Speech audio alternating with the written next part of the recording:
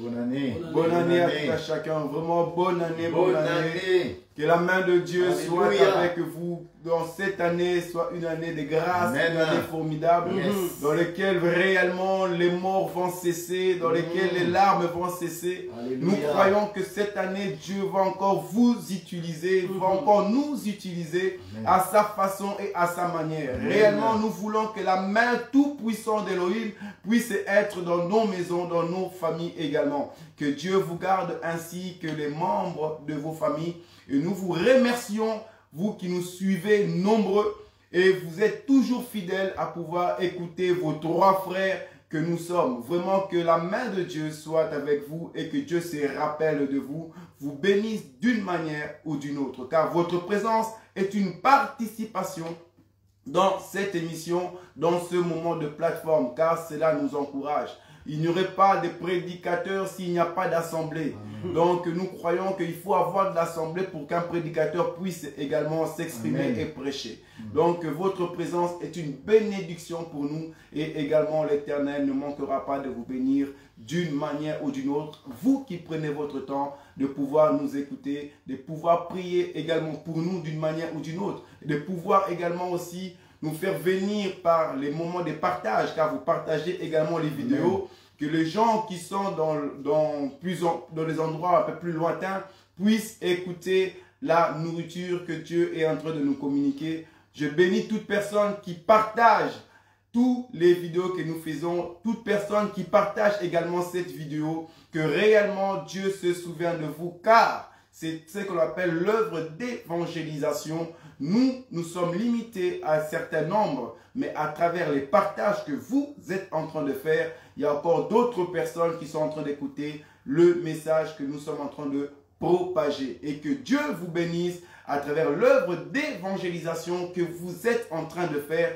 en partageant les vidéos, pas seulement le nôtre, mais les vidéos des serviteurs de Dieu, des enfants de Dieu. Que Dieu vous bénisse d'une manière et d'une autre. Voici, nous sommes aujourd'hui encore dans vos maisons, afin de pouvoir partager sur un thème qu'on a titulé l'Évangile.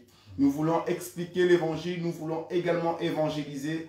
Dieu va parler d'une manière ou d'une autre de la bouche de ses enfants et j'ose croire, comme d'habitude, que notre Père est fidèle et il va nous faire du bien. Amen. Sans plus tarder, nous allons passer la parole au premier intervenant qui est le bien-aimé frère Patou que vous connaissez bien et que c'est un homme qui parle bien, un homme qui sait réellement comment tuer l'Égyptien parce que nous croyons que pour tuer l'Égyptien, mes bien-aimés, il faut faire quoi? Il faut regarder à sa gauche et à sa droite. Quand tu regardes à ta gauche et à ta droite, Moïse, c'est ainsi que tu peux tuer l'Égyptien. Donc nous croyons que c'est un homme qui sait réellement regarder à sa droite et à sa gauche. C'est un homme très prudent. Amen. Que l'Égyptien, pour le tuer, il faut regarder à sa droite et à sa gauche. Ainsi, tu peux tuer l'Égyptien. Et c'est un homme qui sait parler à la loi et au témoignage. Car si nous ne parlons pas ainsi, il n'y aura point d'aurore. Donc, notre bien-aimé frère Patou va prendre la parole afin de pouvoir bénir le peuple de Dieu. Frère Patou, à vous la parole. Merci beaucoup, mon frère Edimo Kachama, pour la parole. Amen. Bonsoir à tous et à tous, peuple de Dieu. Je vous dis encore une fois de plus mes meilleurs vœux. Amen. Et nous croyons que cette année 2021, le Seigneur va encore nous visiter. Amen. Cette année 2021, le Seigneur nous donnera encore de la vigueur afin que nous puissions demeurer toujours dans sa parole et de marcher dans la sanctification, bien-aimés dans le Seigneur. Vous savez, bien-aimés dans le Seigneur, la bénédiction par excellence, c'est la parole de Dieu. Amen. Ce n'est pas le matériel. Quand le Seigneur vous donne la parole, il vous donne sa parole, c'est ça la véritable bénédiction. Car la déclare que tout passera, mais sa parole ne passera jamais. Amen. Donc, si tu veux vivre éternellement, bien-aimé, tu dois mettre cette parole en pratique, car c'est une richesse inébranlable. Amen. Sans plus tarder, comme mon frère Edimo Kachama l'a bien dit, aujourd'hui nous allons parler sur l'évangile. Qu'est-ce que nous appelons évangile, bien-aimé? Je vais prendre une écriture dans le livre de Matthieu.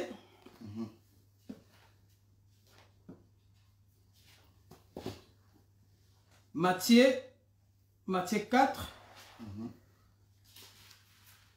Je prends le verset 23. Je lis au nom de Jésus. Au nom de Jésus. Jésus parcourait toute la Galilée enseignant dans les synagogues, prêchant la bonne nouvelle du royaume et guérissant toute malade et toute infirmité parmi le peuple. Je vais prendre encore une autre écriture dans le livre de Marc. Marc 1er, je prends le verset 14 à 15, je lis au nom de Jésus. Après que Jean eut été livré, Jésus alla dans la Galilée prêchant l'évangile de Dieu. Il disait, le temps est accompli et le royaume de Dieu est proche. Répentez-vous et croyez à la bonne nouvelle. Amen. Bien-aimés dans le Seigneur, ces deux passages que nous venons de lire, on comprend qu'en fait, quand nous disons l'évangile de Dieu, c'est une bonne nouvelle. C'est une bonne nouvelle qui réjouit nos cœurs, bien-aimés dans le Seigneur. Quand nous écoutons cette nouvelle, bien-aimés dans le Seigneur, nous avons l'assurance. Car cette nouvelle procure une sécurité. Amen. Cette nouvelle, bien-aimés dans le Seigneur, ça nous donne l'espoir, la paix, la joie, bien-aimés dans le Seigneur. Amen. Mais prophétiquement parlant, l'évangile de Dieu a commencé depuis la création. Vous allez remarquer que la Bible nous dit, l'Esprit de Dieu s'est mouvé au-dessus des eaux. C'est pour chercher un peuple bien-aimé dans le Seigneur. Un peuple qui était dans les ténèbres. Un peuple qui était condamné. Et l'évangile de Dieu vient pour délivrer ces peuples qui étaient condamnés. Amen. Quand nous disons que l'Esprit de Dieu s'est mouvé au-dessus des eaux, ici, bien-aimé dans le Seigneur, les eaux représentent tout un peuple. Selon Apocalypse, chapitre 17, le verset 15, la Bible nous dit, les eaux que tu as vues, sur lesquelles la prostituée est assise, c'est le peuple des nations de langue. Voyez-vous? Et vous allez remarquer que quand l'Esprit de Dieu s'est mouvé au-dessus de ces eaux, la Bible nous dit que Dieu a pris seulement une portion de terre dans l'eau. Il n'a pas pris toute la terre, mais une portion de terre dans l'eau. Donc nous disons cette portion de terre représente, bien-aimé dans le Seigneur, tout un peuple. Tout un peuple que le Seigneur avait mis à part. Amen. Tout un peuple que le Seigneur avait réservé de croire à cet évangile de Dieu, bien-aimé dans le Seigneur. Donc nous comprenons par là que l'évangile de Dieu n'est pas donné pour tout le monde, bien-aimé dans le Seigneur. C'est pour un peuple. Amen. Raison pour laquelle vous allez remarquer, il y a des athées. Ça ne nous étonne pas des gens qui refusent la parole de Dieu. C'est tout à fait normal. Parce que cet évangile n'est pas réservé pour ces gens-là. Cet évangile, bien-aimé dans le Seigneur, est réservé pour toi et moi. Amen. Parce que la Bible nous dit que le Seigneur nous a prédestinés avant la fondation du monde, bien-aimé dans le Seigneur. Bien-aimé, quand l'homme Adam a péché dans le jardin d'Éden, la Bible nous dit la voie de l'Éternel parcourait les jardins. Donc nous disons la voie de l'Éternel qui est en train de parcourir dans les jardins, c'est l'évangile de Dieu, bien-aimé dans le Seigneur. Voyez-vous? Parce que l'homme n'était plus dans le bon chemin, l'homme était écarté. Donc cette voie-là a pour mission de ramener l'homme dans la présence de Dieu, bien-aimé. C'est très important. La voie de l'Éternel, bien-aimé dans le Seigneur, comme je dis, c'est l'évangile de Dieu. Or, cette voie va prendre un corps pour sauver l'homme du péché. Voyez-vous? Donc cette voie a pour mission de ramener l'homme dans la présence de Dieu, bien-aimé dans le Seigneur. C'est très important. C'est pour cela que vous allez remarquer, quand Jean est venu, Jean-Baptiste, quand Jésus-Christ est venu, il a dit, répentez-vous car le royaume de Dieu est proche. C'est ça, la parole de Dieu, bien-aimé. Or, pour se repentir, nous devons écouter l'évangile de Dieu, bien-aimé dans le Seigneur.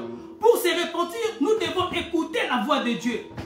Bien-aimé, la Bible nous dit que c'est lui qui écoute ma voix. Il ne doit pas endurcir son cœur, bien-aimé. Or, nous savons, bien-aimé dans le Seigneur, c'est le Saint-Esprit qui nous convainc de croire à cet évangile. Bien-aimé dans le Seigneur, raison pour laquelle la Bible nous dit que la voix vient de ce qu'on attend. La foi vient de ce qu'on attend. Et ce qu'on attend vient de la parole de Dieu. Ce qu'on attend vient de la parole de Christ, pardon. Parce qu'il y a une différence entre l'évangile de Dieu et l'évangile de Christ. C'est ça que nous allons aussi développer pour voir la beauté de cet évangile, bien-aimé. C'est très important. Bien-aimé, maintenant nous allons faire d'abord une différence entre l'évangile de Dieu et l'évangile de Christ. Je sais que vous allez me poser des questions, mais qu'est-ce que le frère est en train de rencontrer? Oui, bien-aimé dans le Seigneur, il y a une différence. Et par la petite grâce que le Seigneur nous a accordée, nous allons essayer de développer cela, bien-aimé dans le Seigneur. Bien-aimé, Alléluia. l'évangile de Dieu, c'est la bonne nouvelle. Amen. Je prends un exemple. David a dit, heureux l'homme qui ne marche pas selon le conseil des méchants et qui ne s'arrête pas sur la voie de mon cœur, mais qui trouve son plaisir dans la voie de l'Éternel. Et Jésus-Christ viendra que répondez-vous car le royaume de Dieu est proche. Ça, c'est l'évangile de Dieu. Parce que Jésus-Christ est venu sous la loi. Jean-Baptiste est venu sous la loi. Ça, c'est la parole de Dieu, bien-aimé. Maintenant, qu'est-ce que nous appelons évangile de Christ ou évangile éternel? Parce que vous allez comprendre que Christ ne meurt jamais. Donc, Christ est éternel. Voyez-vous? Donc, l'évangile de Christ, bien-aimé dans le Seigneur, nous amène dans la profondeur. Dans la profondeur de comprendre les langages de Dieu. Dans la profondeur de comprendre les langages de Dieu, parce que le langage de Dieu est codé. Mais l'évangile de Christ vient révéler ce qui est caché. Amen. Pour donner la lumière, bien-aimé dans le Seigneur. Et nous disons, bien-aimé, l'évangile de Christ dévoile le mystère caché du royaume. Amen. Parce que nous disons, la Bible, bien-aimé, ou la parole, ou l'évangile de Dieu est codé. C'est le songe du roi. Voyez-vous? Donc, cette songe-là doit être interprétée. Exact. Et si cette songe est mal interprétée, ça va donner la mort, bien-aimé. Nous devons le savoir, bien-aimé dans le Seigneur. Or, bien-aimé dans le Seigneur, l'évangile de Christ vient maintenant décortiquer ou bien vient révéler, bien-aimé, ce qui est caché dans l'évangile de Dieu. C'est très important. Raison pour laquelle vous allez voir, la Bible nous dit que les Écritures tuent. Parce que la lettre tue, mais l'Esprit vivifie. Voyez-vous? Raison pour laquelle, dans le livre de Jean, chapitre 5, le verset 39, Jésus-Christ dira, vous sondez les Écritures. Vous sondez les Écritures. Parce que vous pensez avoir en elle la vie. Mais c'est elle qui rend témoignage de moi. Donc nous comprenons bien, dans le Seigneur, les Écritures tuent, mais l'Esprit qui vivifie. C'est pour cela que vous allez remarquer aussi quand le diable est venu tenter Jésus. Le diable est venu, il a dit, il est écrit. C'est l'évangile de Dieu, il est écrit. Tout à fait. Mais Jésus-Christ lui dira, il est aussi écrit. Amen. Donc nous comprenons, il est aussi écrit, c'est l'explication de ce qui est écrit. Exact. Ce qui est écrit était caché. Maintenant l'évangile de Christ vient révéler, bien-aimé, dans le Seigneur ce qui était caché. Dans l'évangile de Dieu, bien sûr. Je vais prendre un exemple, bien-aimé. Je vais essayer de démontrer c'est quoi l'évangile de Dieu et c'est quoi l'évangile de Christ. Prenons nos Bibles, bien-aimés, dans le livre de Genèse. Dieu est merveilleux, j'aime sa parole. Genèse, bien-aimé dans le Seigneur. J'aime. Genèse chapitre 5. Non, 6, pardon. Nous prenons Genèse 6. Je prends le... Attends, 2 secondes. Genèse 6. Le verset, je prends le verset... Je prends le verset d'abord, je prends le verset 5. L'Éternel vit que la méchanceté des hommes était grande sur la terre. Exact. Que toute le pensée de leur cœur s'est porté chaque jour uniquement vers le mal. Je prends le verset 7 pour ne pas tarder, gagner le temps un peu. Et l'Éternel dit, j'exterminerai de la face de la terre l'homme que j'ai créé depuis l'homme jusqu'au bétail, aux reptiles, aux oiseaux du ciel, car je me répands de les avoir faits. Mais Noé trouva grâce aux yeux de l'Éternel.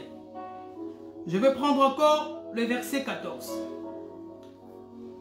Fais-toi une arche de bois de gopher. Rapidement, nous allons prendre Genèse chapitre 7, le premier verset. Je lis au nom de Jésus.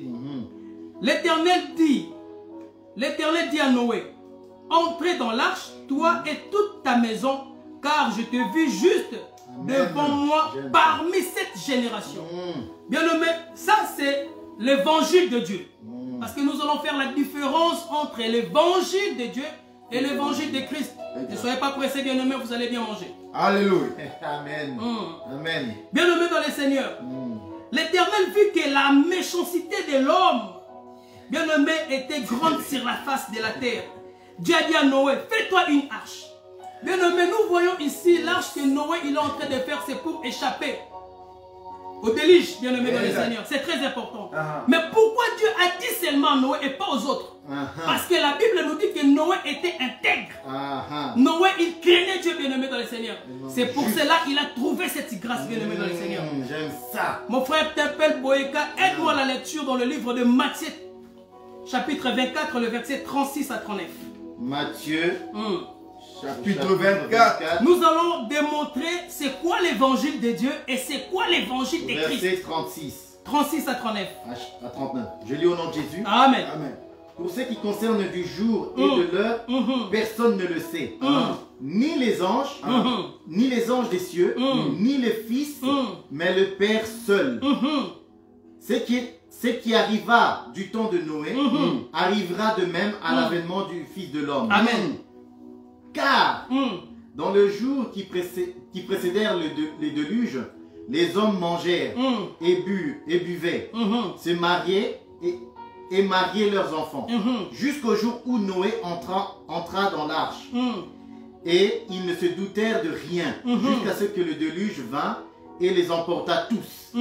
Il en sera de même à l'avènement du Fils de l'homme. Amen. Amen. Merci mon frère pour la lecture.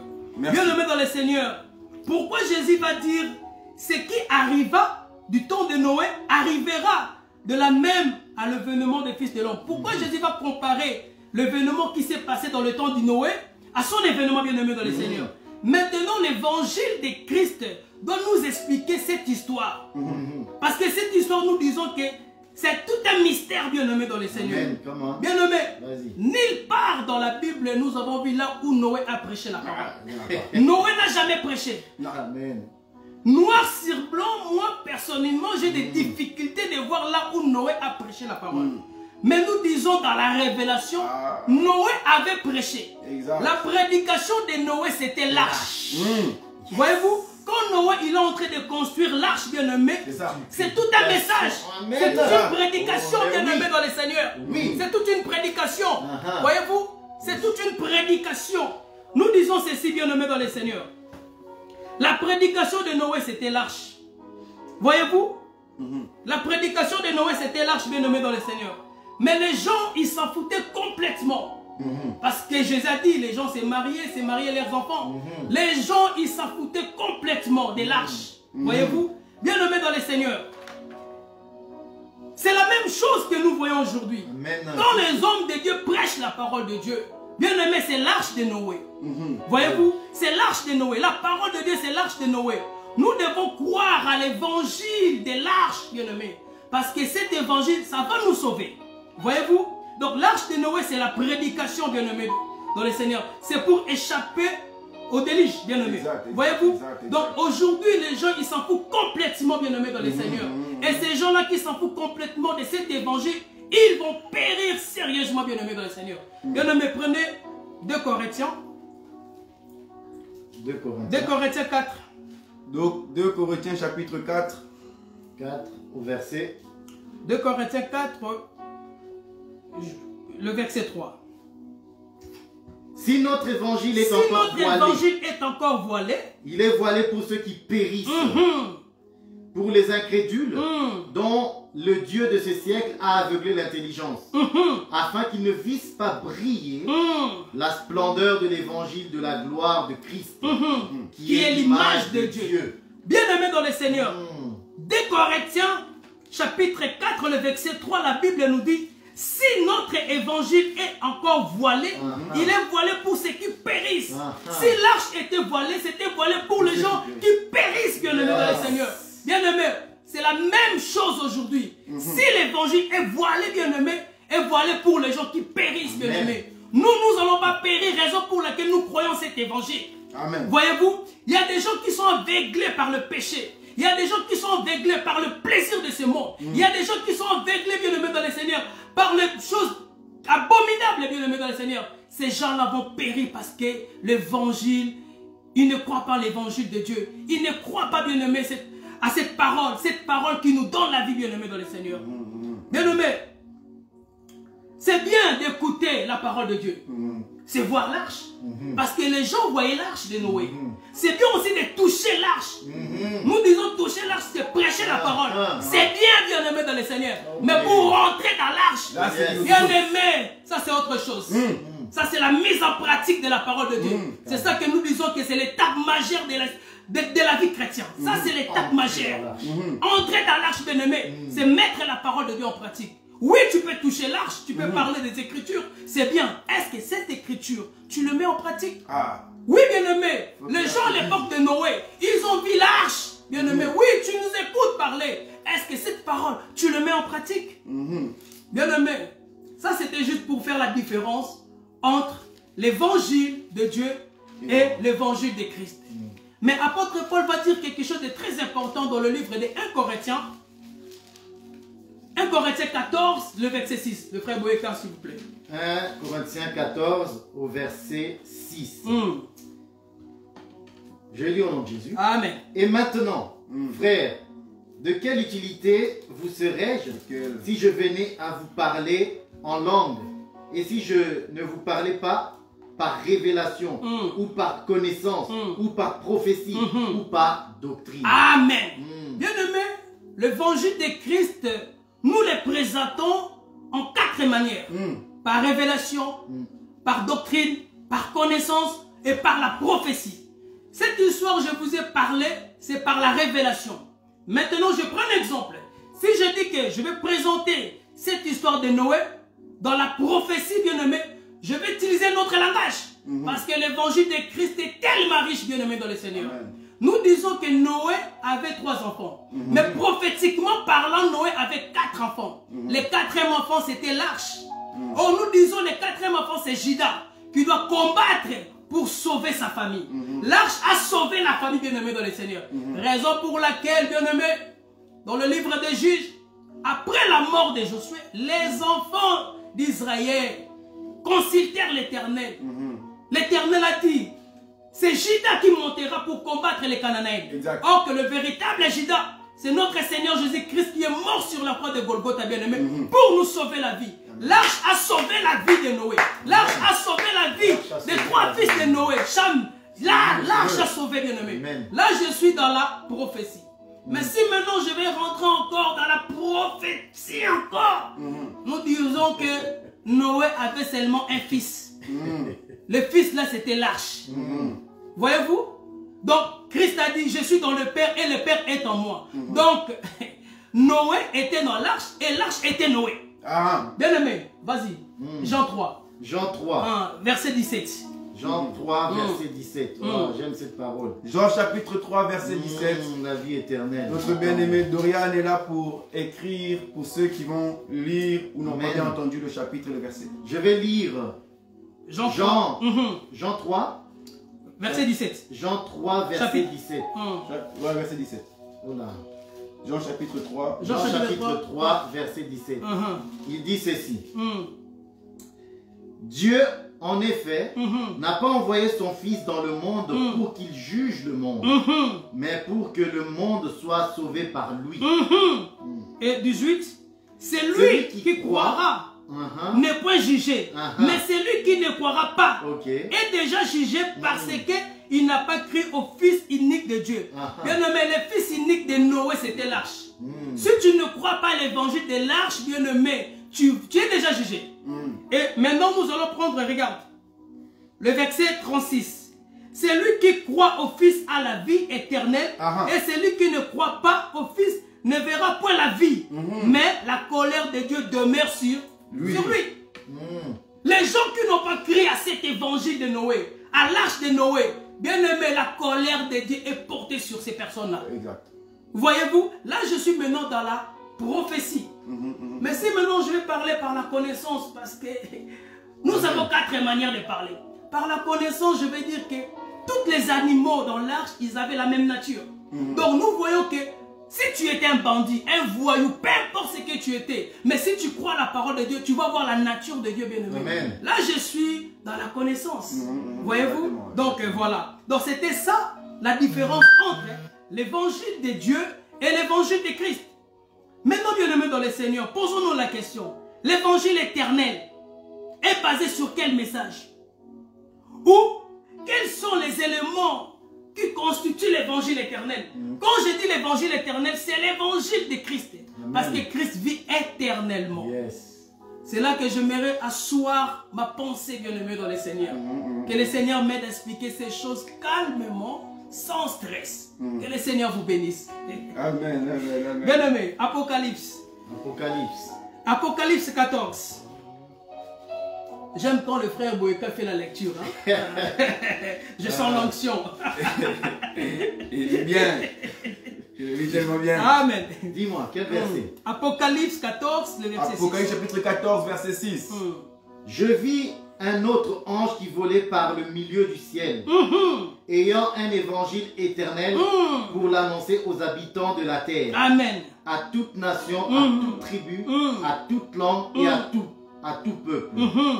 Et il disait d'une voix forte, craignez Dieu et donnez-lui gloire, car l'heure de son jugement est venue.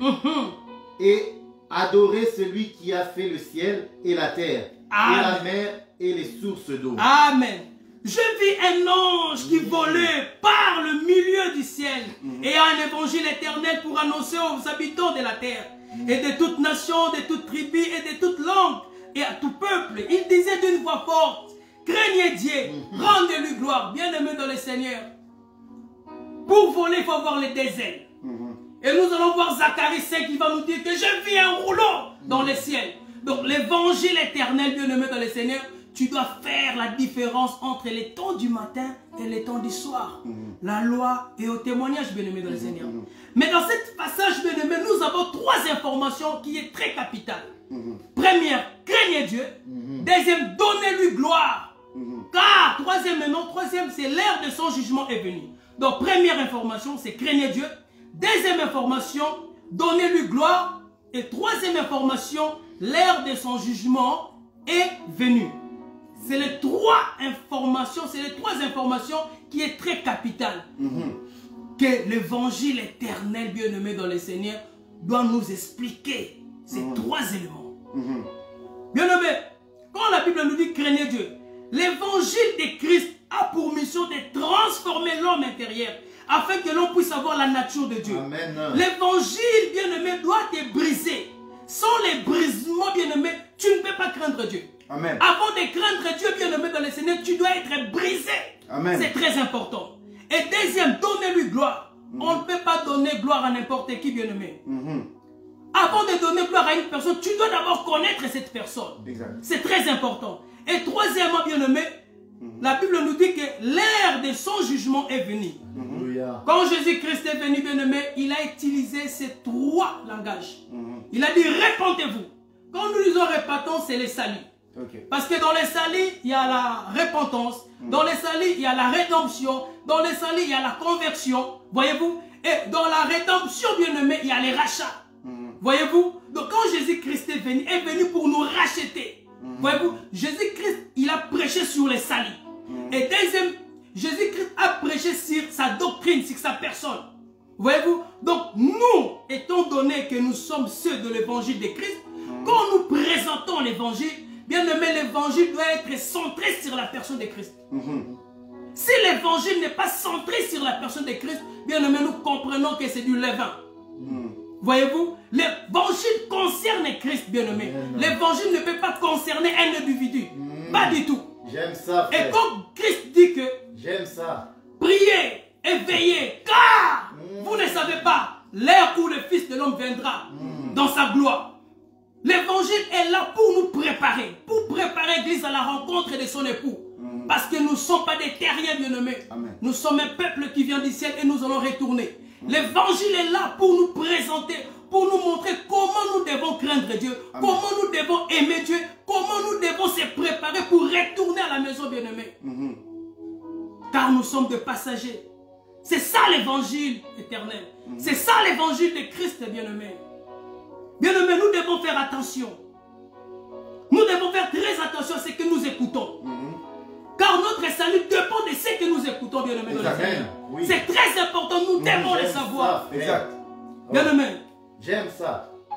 1 Corinthiens. J'aime ça. 1 Corinthiens, 1 Corinthiens 3. chapitre 3, verset, Tu prends le verset 10-11. 1 Corinthiens 3, verset 10-11. Selon la grâce de Dieu qui m'a été donnée, j'ai posé le fondement comme un sage architecte et un autre bâti dessus. Mais que chacun prenne garde à la manière dont il bâtit dessus. Car personne ne peut poser un autre fondement que celui qui a été posé, savoir Jésus-Christ. Amen. Bien-aimé dans le Seigneur. Apôtre Paul dit, j'ai posé les fondements comme un sage architecte et un autre bâti dessus, mais que chacun prenne garde de la manière il bâtit dessus. Bien-aimé dans le Seigneur, prêcher la parole c'est bien, mais est-ce que tu respectes les fondements? Nous devons respecter les fondements. Si les fondements n'est pas respecté, bien-aimé dans le Seigneur, nous comprenons que, bien-aimé, vous n'êtes pas un enfant ou vous n'êtes pas, bien-aimé, un ministre qui a le mandat. Nous devons respecter. Mais aujourd'hui, c'est que nous voyons. Est-ce que le fondement est respecté? Tu vas voir quelqu'un comme Edimo Kachama, il va dire Edimo ministry. Boyeka ministry. Bouleli ministry. Le jour où notre papa dans la foi, il va dire qu'aujourd'hui ce n'est plus l'assemblée des élus, c'est Bouleli ministry, nous allons quitter. Nous quittons. Même sa femme, elle va quitter. Elle va dire mon mari, tu restes, je reste avec toi, mais je quitte. Voilà. Le jour où docteur Adela, il va dire que Adela au ministry, nous allons quitter, bien-aimé. Voilà. Au catharsis au ministry, nous allons quitter. Nous devons respecter le fondement, bien-aimé. Il y a de bornes qu'on ne peut pas toucher, bien-aimé, dans le Seigneur. Voilà. Nous devons respecter l'évangile. L'évangile est centré sur Christ et bien-aimé dans le Seigneur. Voyez-vous, l'évangile est centré sur Christ.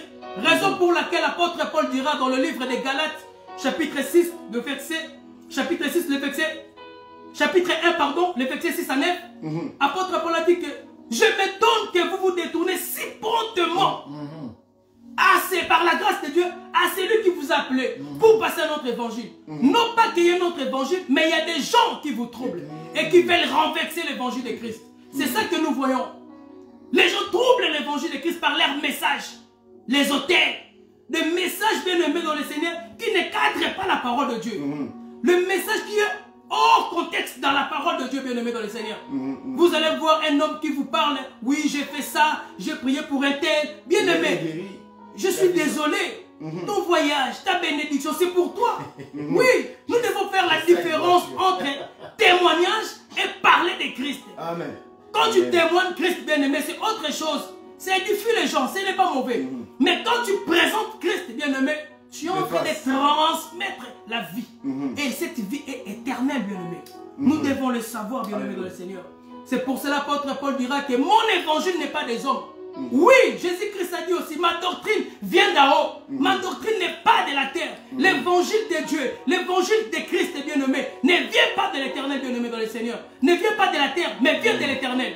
Raison pour laquelle, bien-aimé, quand nous disons évangile éternel, l'évangile éternel a commencé depuis l'éternité. Parce que la Bible nous dit que l'agneau de Dieu a été immolé avant la création. Or, aujourd'hui, nous prêchons l'évangile de l'agneau qui a été immolé avant la fondation du monde. Bien-aimés dans le Seigneur, c'est très important de comprendre ces choses, car notre salut dépend de ça, bien-aimé. Bien-aimé, l'évangile de Christ est basé sur la vérité. Et à travers cette vérité, bien-aimé, nous avons le salut. Et par la puissance de cet évangile, bien-aimé, nous avons la vie éternelle. L'évangile de Christ, bien-aimé, vient nous éclairer et nous montrer comment nous pouvons marcher sur la terre. Parce que nous sommes que des pèlerins. L'évangile est là pour nous préparer, bien-aimés. L'évangile est là pour nous tifier, pour nous fortifier, savoir comment marcher. C'est la raison pour laquelle, bien-aimés, nous devons savoir comment compter nos jours sur la terre. Et l'évangile est là pour nous aider, bien-aimés, dans le Seigneur. Que le Seigneur vous bénisse abondamment. Amen. Acclamons, acclamons pour l'éternel. Acclamons, acclamons vraiment. Là vous êtes, acclamez, acclamez pour le roi des rois, le créateur de toutes choses, celui qui nous a fait grâce de pouvoir écouter un tel message qui fait tressaillir tressaillir de joie chaque enfant que nous avons. Retourne les mains, retourne. Alléluia. Alléluia, alléluia. Vraiment que l'Éternel puisse bénir son fils, notre bien-aimé, le serviteur Patou, qui nous a communiqué un message très important et capital. Nous étions là en train de l'écouter de la même manière que vous aussi, vous étiez en train de l'écouter, nous aussi, en étant ici. On était concentrés à la parole que Dieu était en train de nous dire. Ce n'est pas le frère qui parlait, mais c'est l'Éternel qui était en train de nous parler. Parce qu'il est écrit ceci, que dans le dernier temps, dernier jour que nous sommes, personne enseignera son concitoyen. Nous tous, nous serons enseignés que par l'Éternel lui-même. Raison pour laquelle nous étions concentrés à pouvoir écouter qu'est-ce que Dieu était en train de nous dire. Parce que Dieu ne vous parle pas à vous seulement, mais à nous aussi. Quand le bien-aimé parlait, nous étions concentrés afin de pouvoir écouter concrètement, sans distraction, que ce que Dieu était en train de nous communiquer. Nous avons compris que Noé, sa prédication était lorsqu'il était en train de bâtir l'arche. Cette arche, il n'était qu'en train de prévenir que l'enlèvement était proche. Amen. Cette arche était en train de nous signaler que nous devons nous repentir car la pluie va bientôt arriver. La pluie va bientôt descendre et l'enlèvement est proche. Nous avons saisi également à travers la bouche de notre bien-aimé que Dieu nous a parlé que dans l'arche, lorsque l'arche s'ouvre, tout animal qui rentre dans l'arche, même si tu es un lion, tu ne peux pas manger ton bien-aimé antilope. Même si tu étais qui que ce soit, dans l'arche, nous sommes tous égaux. Dans l'arche, nous mangeons tous l'herbe. On ne se mange pas entre nous.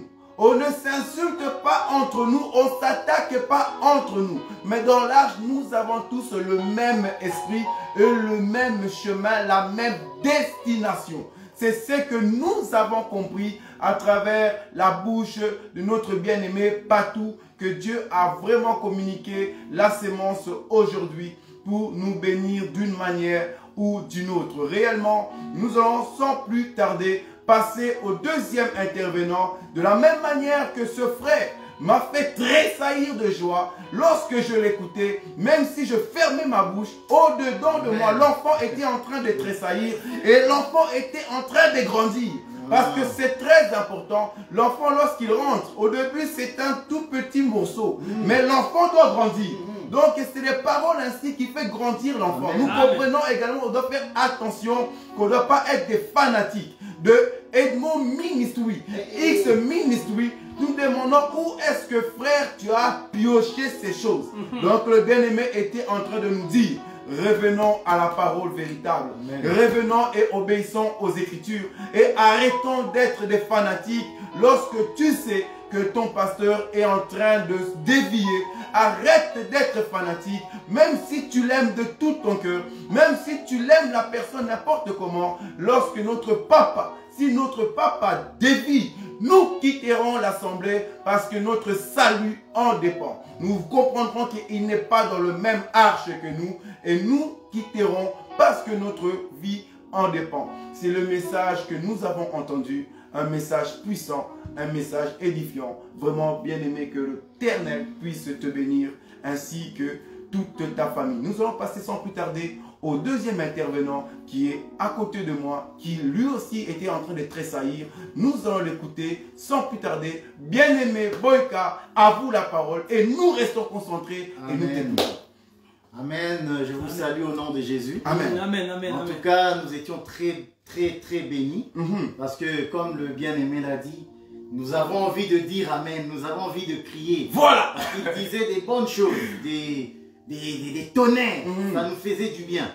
Parce que présenter l'arche comme la prédication de Noé est magnifique. Et que nous sommes tous à l'intérieur, nous avons la même nature et nous ne nous dévorons pas.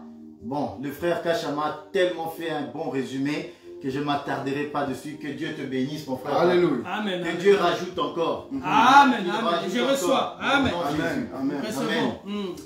Alors, nous parlons de l'évangile. J'aime beaucoup ce terme parce que c'est l'évangile, c'est la bonne nouvelle.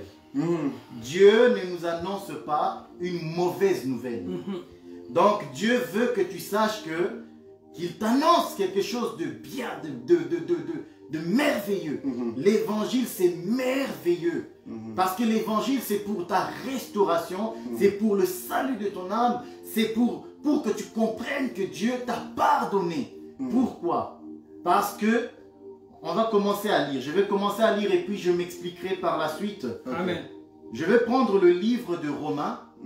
Et j'aime beaucoup ce livre parce que elle révèle correctement et profondément l'évangile. Amen. Dans toutes les formes.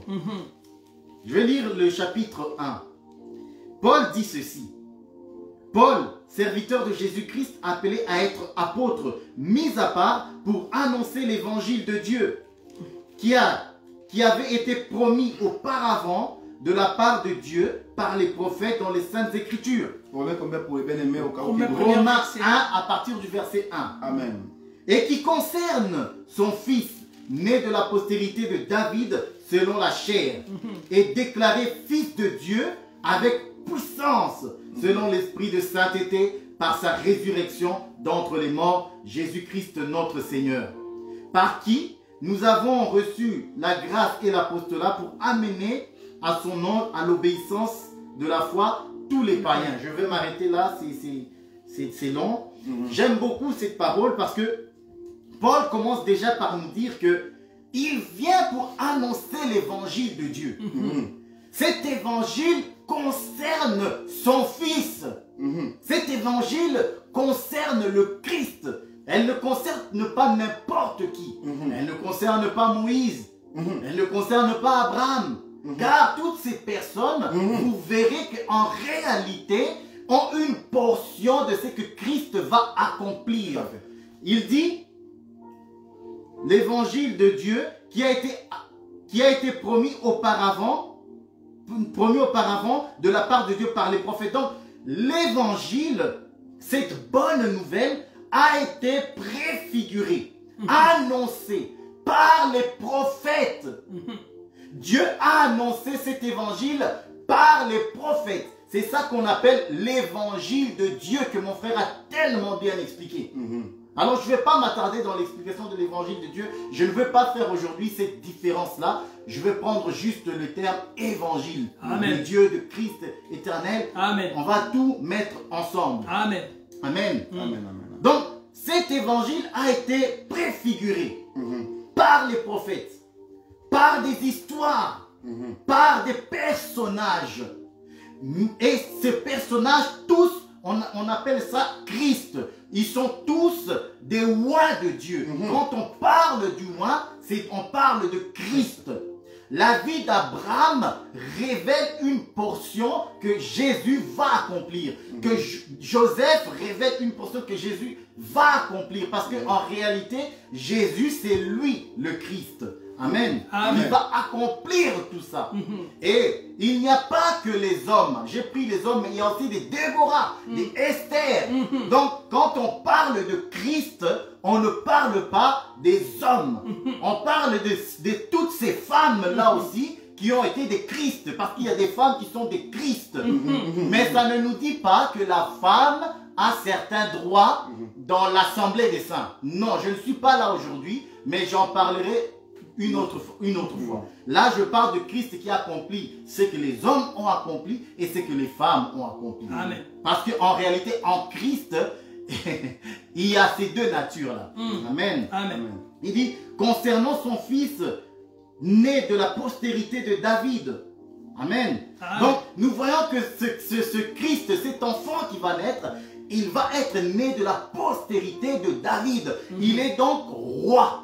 C'est pourquoi quand Christ vient dans le monde, il dit, mon royaume n'est pas de ce siècle, de ce monde plutôt. Vous voyez? Il est né de la lignée de David, de cette descendance royale. Parce qu'il est déjà roi. Christ est roi. Donc il va naître dans la royauté. Amen. Et cette royauté, c'est dans la maison de David. Amen. Amen. Je dis ceci. Dieu a pourvu l'évangile pour nous révéler son Christ. Voilà pourquoi cette bonne nouvelle est annoncée. Dieu a pourvu. Quand je dis pourvu, ça veut dire que avant la fondation du monde, Dieu a pourvu. Amen. Amen. Je vais prendre des écritures. Dans 1 Pierre 1:18, pour ceux qui sont 1 Pierre chapitre 1. chapitre 1 au verset 18, et j'aimerais que, frère Edmond, que tu puisses prendre Éphésiens 1:4. Moi, je vais lire le 1 Pierre. Amen. Amen. Je lis ceci. La Bible dit ceci. Sachant que ce n'est pas par des choses périssables, par l'argent ou de l'or, que vous avez été rachetés de la vaine manière de vivre que vous avez hérité de vos pères, mais par le sang précieux de Christ, comme d'un agneau sans défaut et sans tache, prédestiné avant la fondation du monde. Amen. Tu dois donc savoir ceci. C'est que Dieu a prédestiné Christ. Il a immolé Christ avant la fondation du monde. Il est prédestiné. Mon frère, lis le passage de... Éphésiens chapitre 1, verset 4. Voici ce qui est écrit. En lui, Dieu nous a élus avant la fondation du monde. Dieu nous a élus avant la fondation du monde. Amen. Allons-y. Pour que nous soyons saints et sans défaut devant lui. Ok. Pour que nous soyons saints, pas pour que nous soyons des pécheurs. Amen. Dieu nous a lis la prédestination. J'y On arrive. revient à l'arrière. Non, continue. Ok. Afin que nous soyons saints et sans défaut devant lui. Dans son amour, il nous a prédestinés par Jésus-Christ à être adoptés. Amen. Vous voyez? Donc, Christ étant prédestiné avant la fondation du monde, nous, les élus, nous sommes aussi prédestinés avant la fondation du monde. Yes. C'est-à-dire quoi? Dieu, dans l'éternité, lorsque il a prédestiné Christ, nous étions là. Nous étions en Dieu parce que Dieu nous a prédestinés. C'est pour ça que quand nous allons venir dans le monde, nous accepterons cet évangile-là. Parce que Dieu nous avait déjà prédestinés. La Bible dit, Amen. en lui, en lui, Dieu nous a élus. Il y a beaucoup d'appelés, mais très peu d'élus. Dieu nous a élus avant la fondation du monde. Comme il a élu, il a prédestiné Christ, Dieu nous a prédestinés. Amen. Amen. Je veux que tu le saches. Si aujourd'hui tu as accepté ce message, c'est parce que Dieu t'aime. Amen. C'est parce que Dieu, dans l'éternité, tu étais déjà en Dieu, en Christ. C'est parce que tout le monde ne va pas accepter ce message. Vois-tu comment Dieu t'aime? C'est pour ça quand l'ange vient chez Marie, salue et dit, salut, je te salue Marie, car une grâce t'a été faite. Amen. Voilà, la parole de Dieu vient là où la grâce a été faite. Une grâce t'a été faite. Alors j'aimerais que tu comprennes cela. Amen. Dieu t'aime, Dieu nous aime, nous sommes élus avant la fondation du monde. Sache ces choses, amen. Amen. Pourquoi donc l'évangile va être mis en route? À cause du péché. J'aime le dire et le rappeler que Dieu n'a pas été surpris par le péché. Exact. Dieu a prédestiné Christ justement à cause du péché. Amen. Et la Bible dit ceci. Tous ont péché et sont privés de la gloire de Dieu. Amen. Amen. Yes. Excusez-moi. Tous ont péché et sont privés de la gloire de Dieu. Mais, attendez, je vais le lire. J'aime bien lire les versets que je dis. Parce qu'en le lisant, ça m'ouvre beaucoup d'autres pistes. Il faut toujours lire. Prenez le temps chez vous de lire le livre de Romains. C'est un livre magnifique. Il dit, car tous ont péché et sont privés de la gloire de Dieu. Ils sont gratuitement justifiés par la grâce, par le moyen de la rédemption qui est en Jésus-Christ.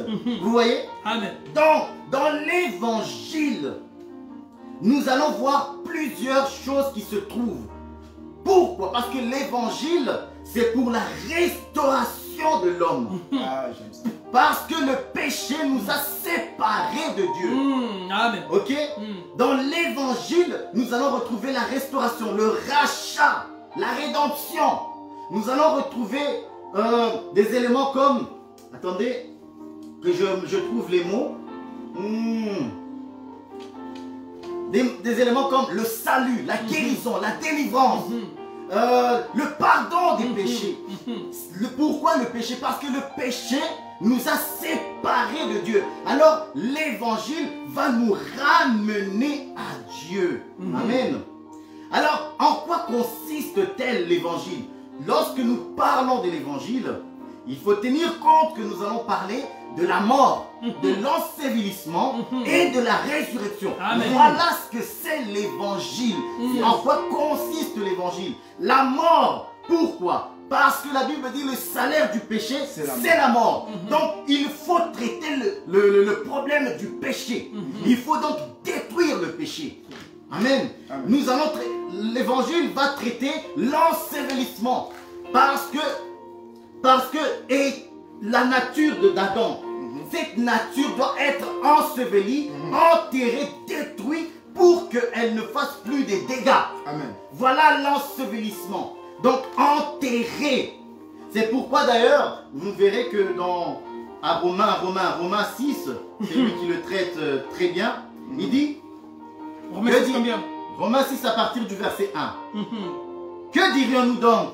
Demeurions-nous dans le péché afin que la grâce abonde? Loin de là. Amen. Nous qui sommes morts au péché, comment vivrons-nous encore dans le péché?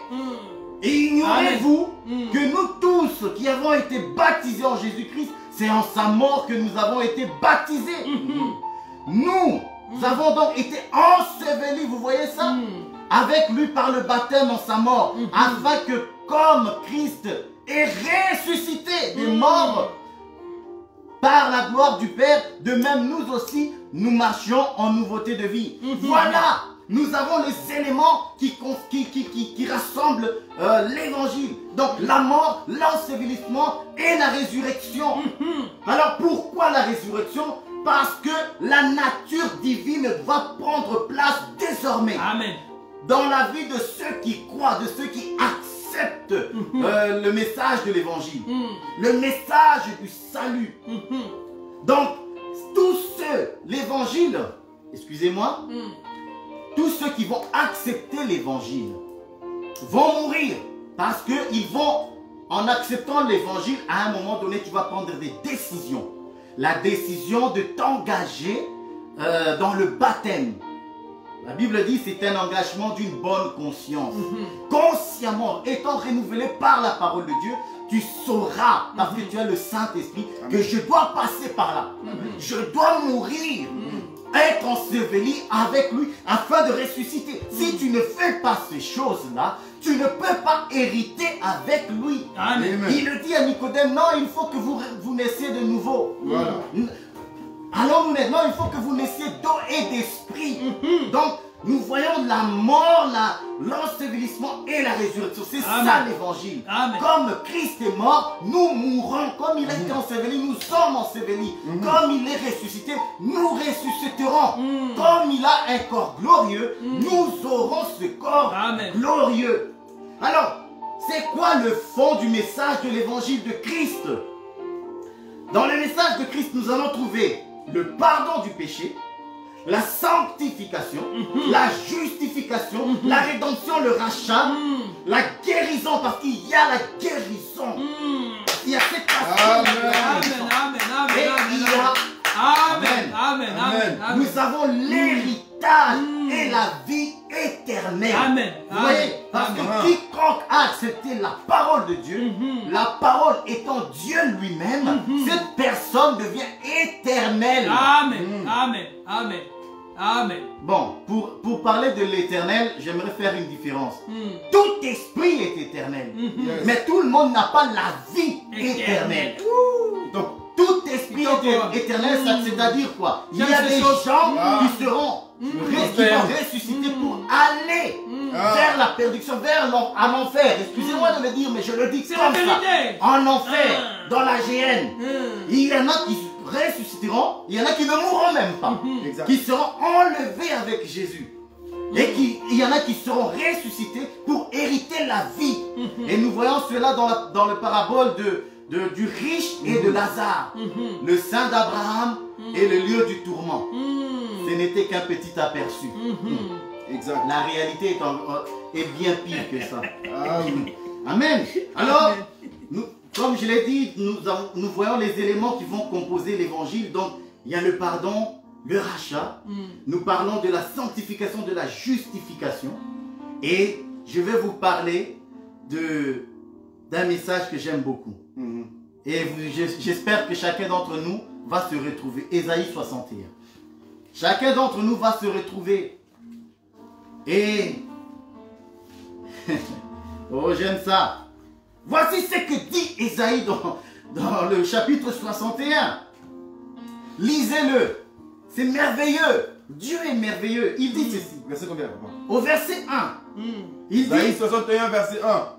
L'Esprit du Seigneur l'Éternel est sur moi, car l'Éternel m'a oint pour porter des bonnes nouvelles. Amen. Voilà l'évangile. Christ entre dans la synagogue et il prend ce rouleau pour dire cette parole est accomplie aujourd'hui. Amen. Attends, on y va. Car l'Éternel m'a oint pour porter des bonnes nouvelles aux malheureux. Donc si tu es malheureux, cette parole est pour toi. Amen. L'évangile Amen. est pour toi. Alléluia. Il m'a envoyé pour guérir ceux qui ont le cœur brisé. Si tu as le cœur brisé, Ce message est pour toi. l'évangile de Jésus-Christ est pour toi. Il a le pouvoir de te guérir. Il dit pour proclamer aux captifs la liberté. Amen. Donc si tu es captif du péché, tu n'arrives pas à t'en sortir. L'évangile est pour toi. Amen. J'aime cette parole. J'aime ça. Aux prisonniers la délivrance. Eh. Donc si tu es lié par quelconque pouvoir de l'ennemi, l'évangile est pour toi. Amen. L'évangile Amen. est pour toi Yes. et pour nous. Dieu a donné l'évangile pour nous, Amen. pour que nous soyons guéris, sauvés, rachetés, délivrés du péché. Et j'aimerais que tu le saches. Garde ça jalousement dans ton cœur. L'évangile de Jésus-Christ est pour moi. Amen. Écoutez ceci, j'aime le verset 3. Excusez-moi. Pour publier une année de grâce. Bonne année à vous. Je vous dis bonne année. Bonne année. Voilà l'évangile. L'évangile te souhaite bonne année. Non seulement la salutation, mais l'évangile te dit bonne année. C'est une année de grâce. Nous sommes dans une année de grâce. Depuis la croix, depuis que le sang de Jésus a coulé, nous sommes entrés parce que nous avons cru, nous l'avons reçu. Bonne année, mes frères. Disons-le, bonne année à tous. Quand tu te réveilles, Disez-vous bonne année là où vous êtes en live. Disez-vous bonne année. C'est ça l'évangile. quand tu te réveilles, sache que c'est bonne année. Aïe. C'est bonne année tous les jours jusqu'à ce que Jésus Aïe. revienne. Amen. Nous sommes dans l'année de grâce. Amen. Et dans l'année de grâce, tu as droit à toutes ces choses. La guérison t'appartient. La délivrance est à toi. Le salut est à toi. Et dans cette bonne année, j'aimerais bien que vous le sachiez et que tout le monde le sache. Alléluia. Une année de vengeance de notre Dieu arrive.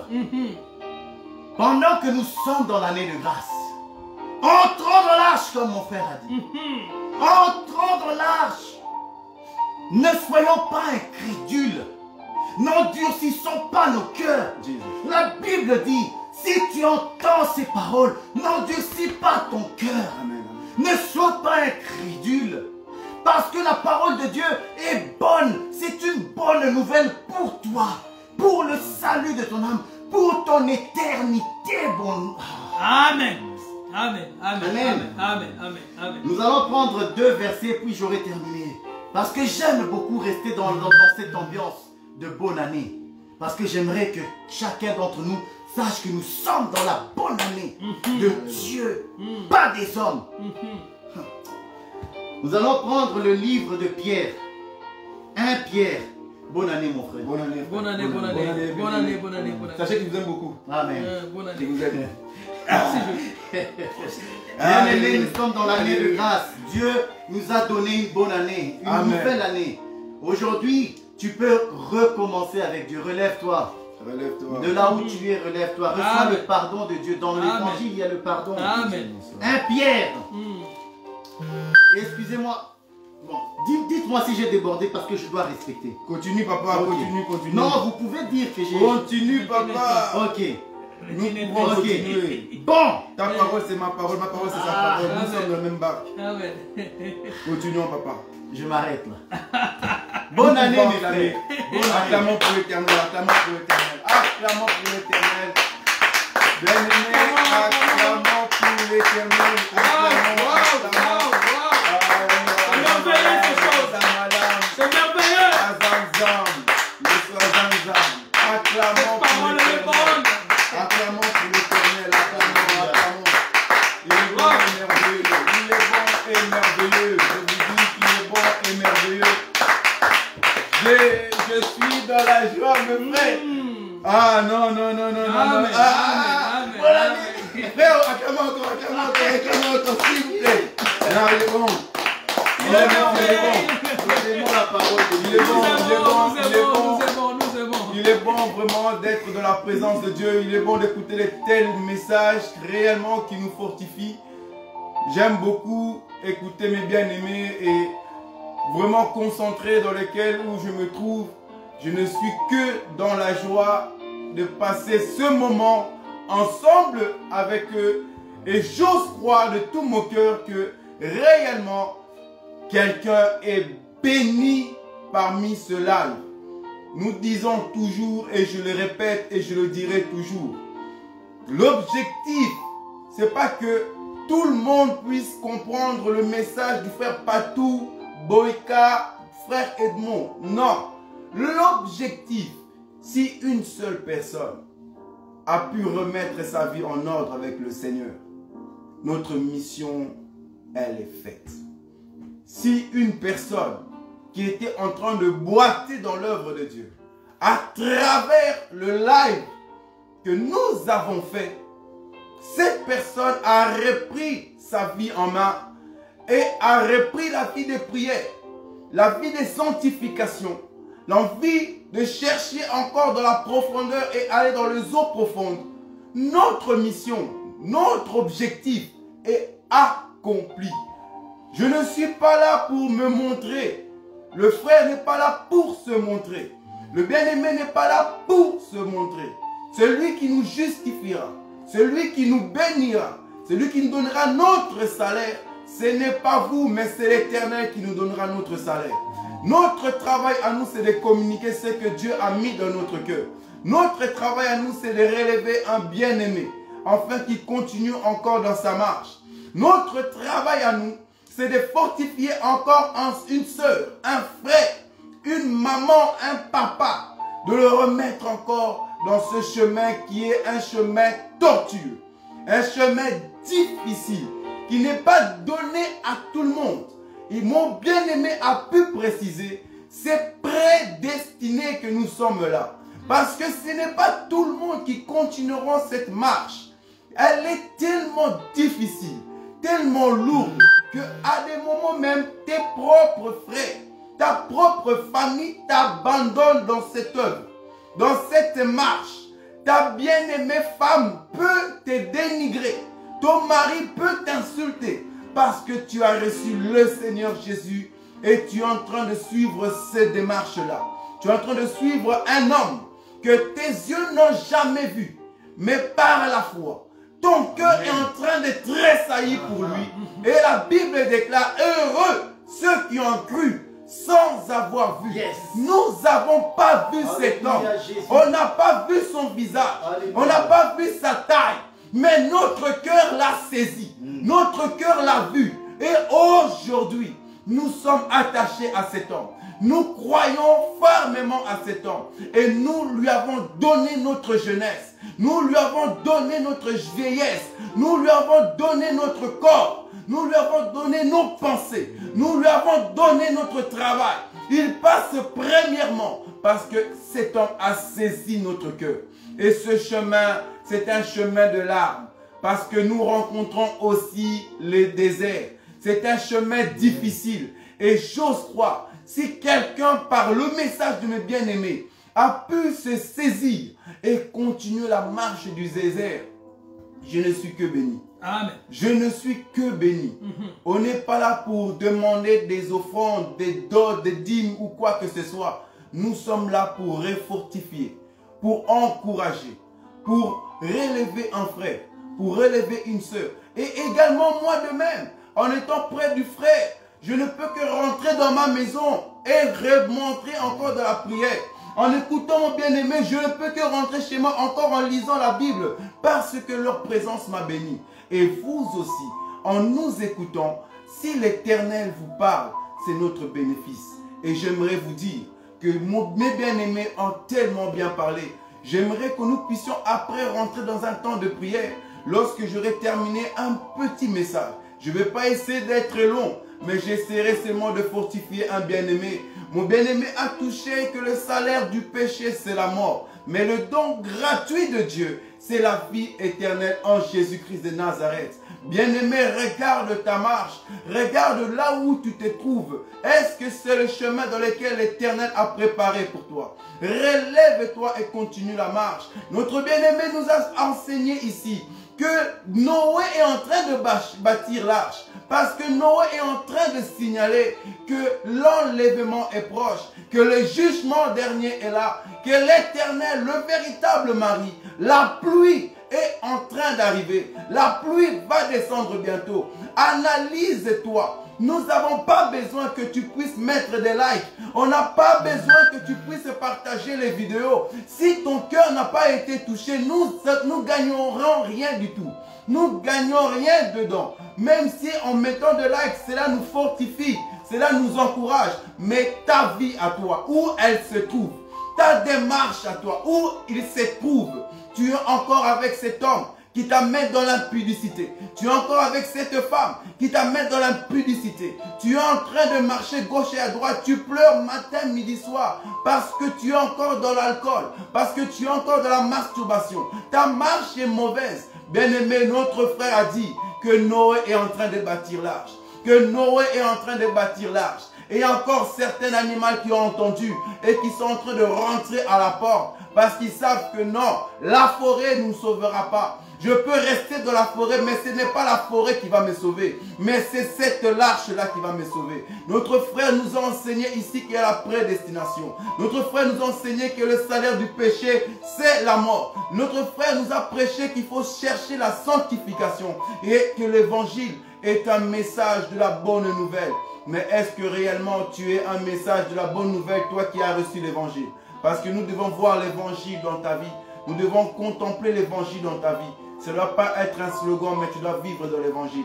Je vais lire quelques versets et nous allons rentrer, si Dieu nous fait grâce, dans un petit laps de temps de prière, même si nous allons vraiment courir avec le temps pour rentrer chez nous. Mais j'ose croire que Dieu nous fera du bien. Nous allons lire Jean chapitre 5, mes frères. Jean chapitre 5. Je suis. Jean chapitre 5 du verset 1, papa, tu peux déjà commencer. Après cela, Yes. il eut une fête des Juifs et Jésus monta à Jérusalem.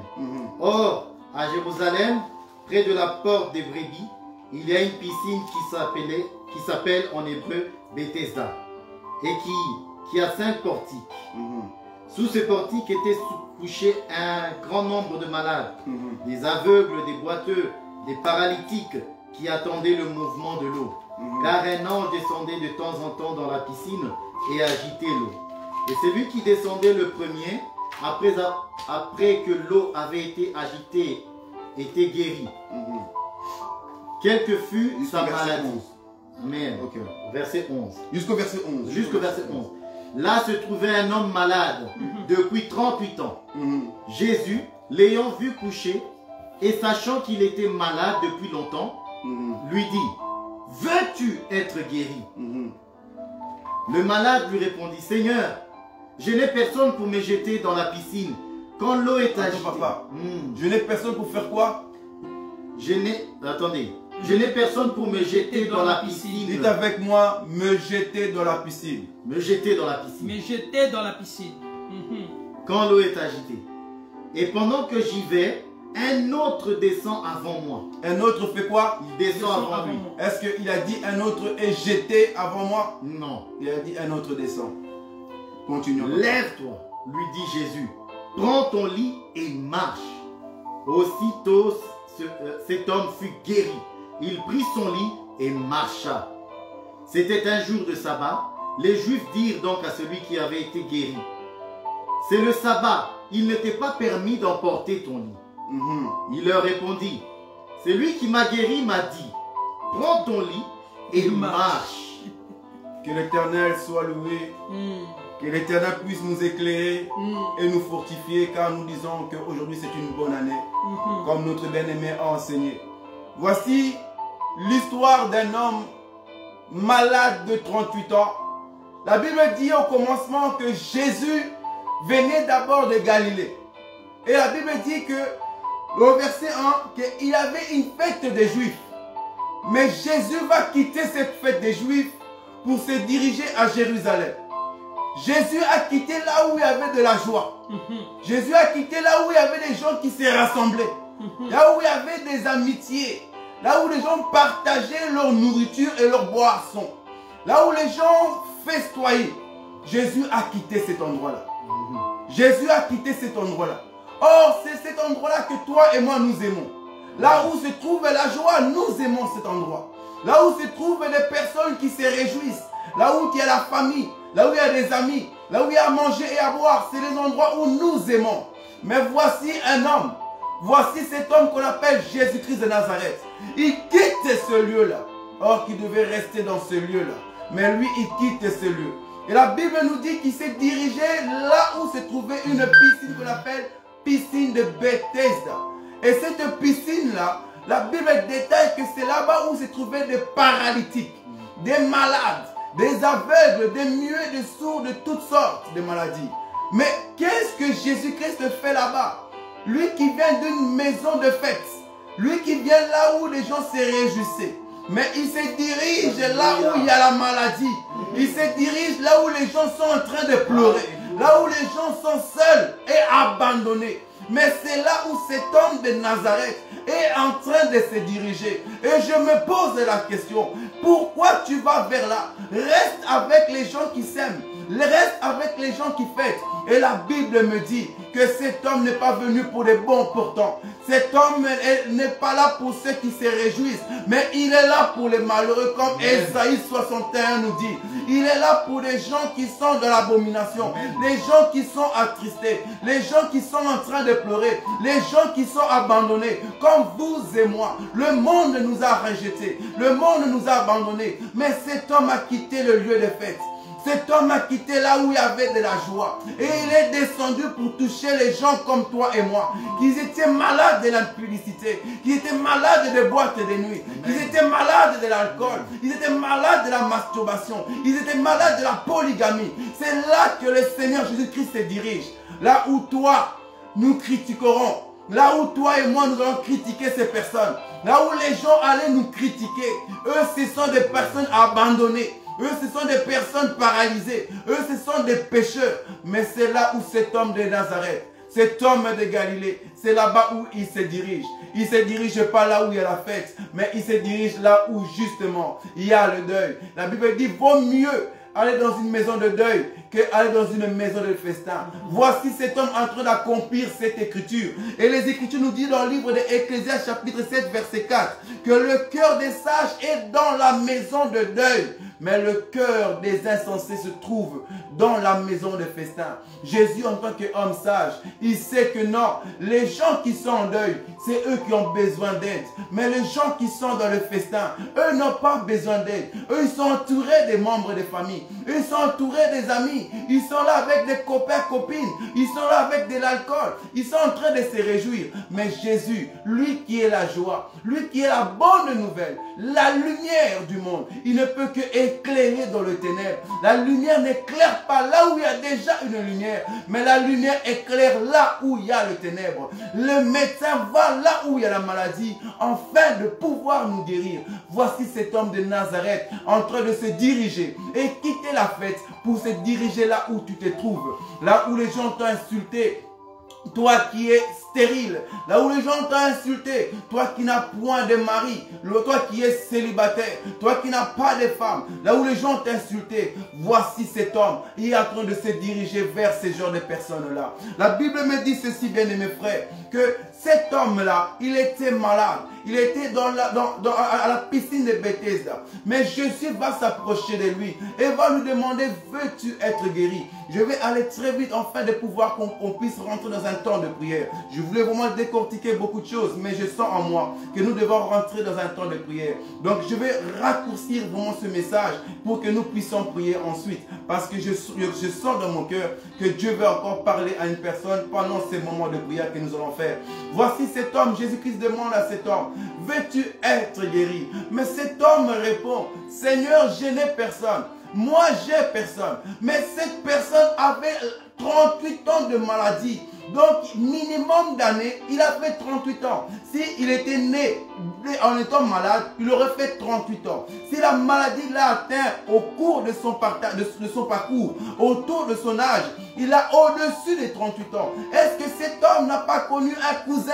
Est-ce que cet homme n'a pas connu un neveu, un frère, une fille, ou même des enfants? Est-ce que cet homme n'avait vraiment personne? Cette personne est en train de dire, Seigneur, moi j'ai personne. Tout le monde m'a abandonné. Tout le monde m'a rejeté. Et ce qui me fait encore plus de la peine, il dit, je n'ai personne pour me prendre et me jeter dans l'eau. Que veut dire jeter? Ça veut dire que me prendre, donc te prendre toi et te jeter. Mais il n'a même pas dit, j'ai personne pour me faire descendre dans l'eau. J'ai personne pour me mettre dans l'eau. Me soulever seulement, même me jeter, Seigneur. Cela m'aurait suffi. Mais j'ai une personne qui est capable de me prendre et même de me jeter dans l'eau. Il n'y a personne qui est là pour moi. Il n'y a personne qui est capable de me jeter dans l'eau. Mais quand je me force de mes propres forces, lorsque je me force d'aller dans l'eau, chercher ma délivrance, chercher la vie de prière, chercher encore à grandir avec toi, il y a toujours quelqu'un qui vient me briser mon rêve. Il y a toujours quelqu'un qui vient pour m'insulter. Il y a toujours quelqu'un qui vient me dire que tu ne serviras à rien. Il y a toujours quelqu'un qui viendra pour me minimiser. Il y a toujours quelqu'un qui viendra pour me critiquer. Il y a toujours quelqu'un qui viendra pour me rabaisser, pour briser ma motivation, pour détruire mon rêve, pour détruire ma motivation. Il y a toujours quelqu'un qui est là pour me bloquer, pour m'enchaîner. Il y a toujours quelqu'un qui est là pour descendre dans l'eau. Mais moi, j'ai personne. Mais moi, j'ai personne. Mais alors que nous allons voir cet homme de Nazareth venir vers cette personne et va lui dire, prends ton lit et marche. Mais cet homme malade, la Bible dit que cet homme malade s'attendait à la descente de l'ange pour qu'il puisse donner la guérison. Donc dans ses yeux, c'était un ange qui avait la guérison. Mais il ne savait pas que Jésus-Christ lui-même est le véritable ange qui est venu dans le corps d'homme pour donner la guérison à cet homme. Comme mon frère a dit que toute écriture rend témoignage de Jésus-Christ. Nous allons voir, mes frères, où est-ce que Jésus est tout un ange. Nous allons lire ça très vite dans le livre de Juges. J'aimerais que mon bien-aimé Boyka puisse lire ça. Juges chapitre 13. Remarquez ça. Juges chapitre 13 du verset 3. Remarquez-moi ça. Parce que nous disons que Jésus est celui qui accomplit toute écriture. Jésus, c'est l'accomplissement de la loi et l'accomplissement également de la grâce. Juges chapitre 13 verset 3. Après. Tu peux le lire. Un ange de l'Éternel apparut à la femme et lui dit, voici tu es stérile et tu n'as point d'enfant. Qui est apparu? Un ange de l'Éternel. Ok, maintenant lis-moi verset 8. Verset 8. Manoach fit cette prière à l'Éternel. L'ange est apparu, mais voici. Ah Seigneur, que l'homme de Dieu que tu as envoyé vienne encore vers nous. Qui est venu? C'était qui? Un homme de Dieu. Mais au début, c'était qui? Un ange. Oh, après, c'est venu qui? Un homme de Dieu. Mais on lui met le verset 22, papa. Verset 22. Et il dit à sa femme, nous allons mourir, car nous avons vu Dieu. Un ange vient, l'homme vient et Dieu vient aussi. Amen. Ce n'est que l'accomplissement de cette écriture. Jésus est lui-même l'ange de la guérison. Amen. Là où tu t'attends à quelque chose, sache que Jésus sera là. Parce qu'il est tout en un. Amen. Il va accomplir ce que ton cœur désire. Amen. Si tu te livres à lui, s'il vient devant toi, cet homme de Galilée, il va changer tout à fait ta vie. Tu t'attends à quelque chose d'extraordinaire. Il deviendra ces choses d'extraordinaire-là. Parce qu'il t'aime énormément. Et la Bible nous dit ceci, que Jésus dit à cet homme, prends ton lit et marche. Prends ton lit et marche. Et je vais bondir ici avant de rentrer dans la prière. Pourquoi Jésus dira à cet homme, prends ton lit et marche? Lui qui fut guéri, lui qui a retrouvé sa force, lui qui avait perdu sa force, qui était paralytique, qui était malade, peut-être qu'il était maigre, il mangeait peu comparé à tout le monde, il buvait peu comparé à tout le monde, il sentait mauvais, mais Jésus l'a guéri. Nous croyons qu'il a retrouvé ce qu'il avait perdu, mais cet homme, en voulant s'élever, Jésus lui dit non, prends ton lit et marche. Cela veut dire quoi, prends ton lit et marche? Bien-aimé, j'aimerais te dire, prends ton lit et marche, cela veut dire que dans les moments de souffrance, quand toi, homme, tu étais paralysé, tu as dit dans ta bouche que personne n'était là pour toi, mais le lit était là pour toi. Quand tu étais en train de pleurer, le lit était là pour recevoir tes larmes. Lorsque tu étais en train de pisser parce que tu ne sais pas te déplacer, tu as pissé sur ce lit. Tu as fait tes besoins sur ce lit. Le lit sent mauvais parce que toi, tu l'as communiqué ton odeur. Le lit t'a supporté. Et dans le moment de la guérison, dans le moment que Dieu t'a visité, tu veux oublier le lit. Bien-aimé, beaucoup oublient le lit. Le lit est quoi? Je vais dire ici que peut-être même qu'en étant en Afrique, tu étais marié. Tu étais en couple avec un monsieur. Cet homme t'a supporté. Cet homme t'a aimé. Et il t'a mené en Europe. Là où maintenant tu as été guéri. Là où tu as mangé et à boire. Là où tu as des allocations qui viennent pour t'aider. Et qu'est-ce que tu fais? Tu as rejeté le lit. Tu as abandonné le lit. Tu as manqué du respect au lit. Pour que le lit s'en aille. Parce que toi maintenant tu es guéri. Et vice versa. Toi homme, cette femme qui t'a soutenu. Tu n'avais rien mais cette femme était près de toi. Aujourd'hui vous avez quelque chose. Aujourd'hui tu travailles. Mais madame n'a plus la beauté que toi tu aimerais. Tu es allé chercher quelqu'un d'autre. Tu as abandonné madame. Celle qui t'a soutenu. Celle qui était près de toi. Dans les moments les difficiles. Parce qu'elle a pris du poids. Parce qu'elle a vieilli. Tu cherches des jeunes filles maintenant. Tu as oublié le lit dans lequel tu étais avec depuis le commencement. Et le lit, c'est aussi quoi? La prière que tu faisais lorsque tu souffrais, lorsque tu étais abandonné, quand personne pouvait te soutenir. Tu as prié à l'Éternel. Tu as fait des jeûnes et des retraites pour chercher la face de Dieu. Mais Dieu t'a visité. Qu'est-ce que tu fais maintenant? Tu étais redressé. Tu as abandonné la sanctification. Tu as abandonné la prière. Tu as abandonné la méditation. Les veillées et les retraites que tu faisais auparavant. Où sont-ils? Voilà pourquoi il est écrit ceci. Toi qui courais bien, pourquoi tu t'es arrêté? Amen. Pourquoi tu t'es stagné? Cherche la face de Dieu. Continue à invoquer l'Éternel. N'oublie pas ton lit. Souviens-toi des moments difficiles. Souviens-toi d'où tu viens. Souviens-toi de là où l'Éternel t'a ramassé. Souviens-toi que lorsque tu avais personne, Jésus était près de toi. Souviens-toi que celui que tu es aujourd'hui, c'est ce que Dieu a fait pour que tu sois aujourd'hui. J'aimerais te dire quelque chose avant que je m'arrête et que nous rentrons en prière. Sache que si toi aujourd'hui, tu es apprécié des gens, si toi aujourd'hui, on t'appelle jolie fille, joli garçon, on like tes vidéos et tes photos, c'est parce que Dieu a fait que tu sois cette personne-là, pour que les garçons te courent après, pour que les filles te courent après. Dieu a fait que tu sois une belle créature. Imagine seulement la même personne que tu es. Si Dieu te rend aveugle, si Dieu te rend sourd, est-ce que le mari qui te dit je t'aime te dira encore je t'aime? Si Dieu, aujourd'hui, fermait tes yeux et tu devenais aveugle, est-ce que la fille qui court après te courra encore après? Est-ce que cet homme qui te court après te courra encore après? Si tu étais seulement ce qu'on appelle un paralytique, est-ce que le même homme qui est près de toi sera toujours là? Est-ce que ton entourage, tes amis, seront toujours près de toi pour te dire « je t'aime » ? Est-ce que tu auras toujours les mêmes amis? Je me souviens en Afrique, il y avait des enfants qu'on appelle les Kissimbi. Ces enfants n'ont rien demandé. Mais regardez, on les mettait toujours dans un lieu à part, abandonné. Cet enfant est né, mais cet enfant est abandonné. Même la famille le prenait, le dépose quelque part. Cet enfant est abandonné. L'enfant n'entend que sa mort. La famille n'est même pas proche de cet enfant. On le met à côté parce qu'il a un problème physique, un problème quelconque. J'aimerais te dire, peut-être moi-même, si j'étais un aveugle, est-ce que ma femme que j'ai épousée m'aurait dit oui au jour où j'aurais demandé un mariage? Si j'étais un paralysé, si j'aurais dit à ma femme je t'aime, est-ce qu'elle m'aurait dit je t'aime aussi?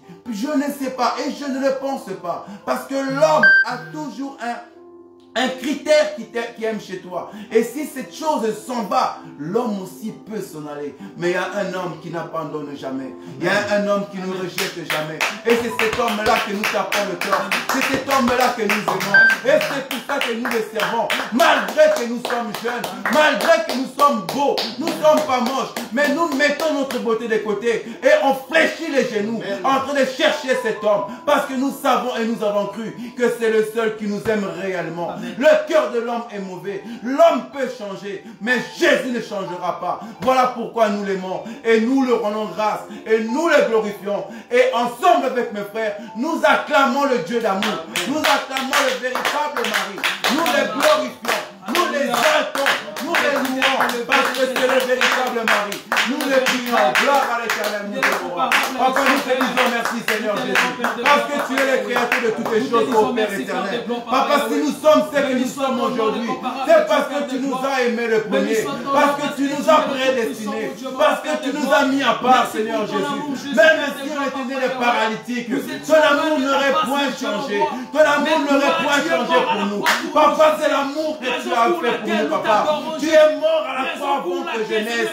Il était qui que lorsque j'étais encore pécheur, Christ est mort à la croix pour moi. Lorsque j'étais encore un bandit, Christ est mort à la croix pour moi. Lorsque j'étais encore alcoolique, Christ est mort à la croix pour moi. Lorsque j'étais encore dans la boîte de nuit, Christ est mort pour moi. Lorsque j'étais en train de me battre de gauche et à droite, Christ est mort pour moi. Parce qu'il m'a aimé, parce qu'il m'a choisi, parce que ce que je suis aujourd'hui, c'est l'amour de Christ, c'est l'amour du roi des rois. Ce que je suis aujourd'hui, ce n'est que l'empreinte de ta main, Seigneur. C'est toi qui as changé ma vie. Mes parents m'ont conseillé, mais cela n'a pas changé ma vie. Mes parents m'ont frappé, mais cela n'a pas changé ma vie. Mais lorsqu'on m'a parlé de roi des rois, lorsqu'on m'a parlé de Jésus-Christ, le voyoutisme est tombé, le rasta est tombé, l'alcool est tombé, le boîte de nuit est tombé, les bagarres sont tombées, la masturbation est tombée,